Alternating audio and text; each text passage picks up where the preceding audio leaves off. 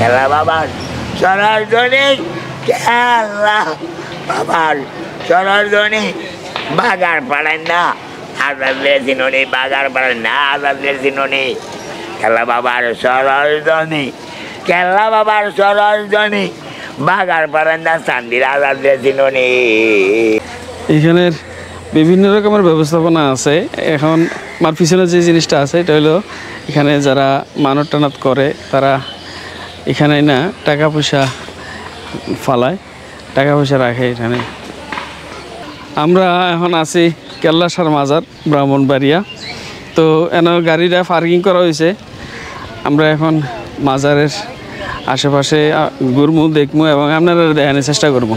আপনার কাছে ফইলে দিয়ে আমি মাপ চাইয়া লইতেছি, আপনারা আমারে ভুল বুঝছেন না। আমি আসলে কোনো মাজারে সহজে যাই না। মাজার আসলে দেখার জন্য আইছি। এটা হলো কেল্লাসার মাজার ব্রাহ্মণবাড়িয়া যেহেতু আইছি, চারিদিক থেকে মানুষ এনো আইয়ে, যার কারণে ভিতরে আসলে কি হয় না হয় এটি দেহনের লেগে আইছি। আর আপনারা আজগা এই জিনিসটি দেখামু। এখানকার নানান বিষয় লইয়া আলেমুলামার ভিতরে অনেক বিতর্ক আছে। আমি এটার পক্ষেও কই না বিপক্ষেও কই না। আমি জাস্ট এই মাজারটার ভিতরে কি কি অবস্থা আছে এই বিষয়টি আপনারা সামনে তুলে ধরনের লেগে আজকে ভিডিওটা করতে আছি।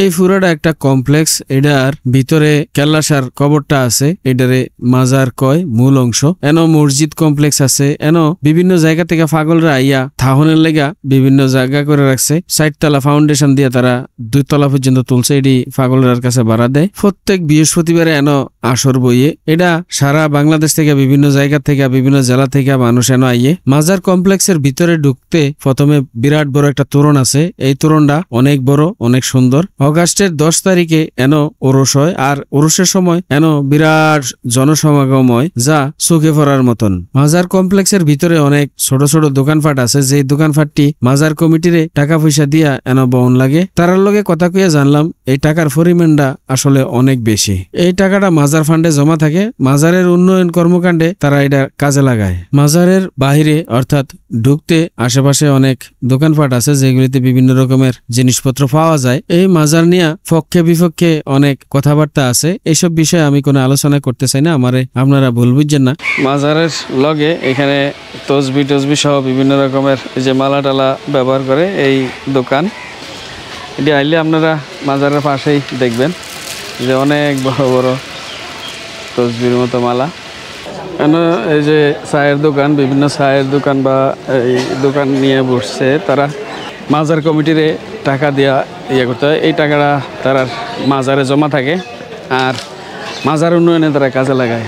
আর পিছনে এই যে এগুলি হচ্ছে ফকিরদের জন্যে, যারা ফকির তারা এখানে এগুলি ভাড়া করে রাখে বছরের জন্যে।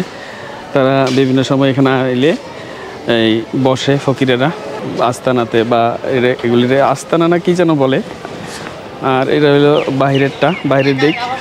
যাই হোক, আজকের ভিডিও এই পর্যন্ত। ভবিষ্যতে আপনারা লগে দেখা হবে অন্য কোনো ভিডিওতে অন্য কোনো বিষয় লয়ে। এই পর্যন্ত আপনারা ভালো থাকেন, সুস্থ থাকেন, সুন্দর থাকেন। আর আমার পেজটা ফলো দিয়া বেলাল ভাই লগেই থাকেন।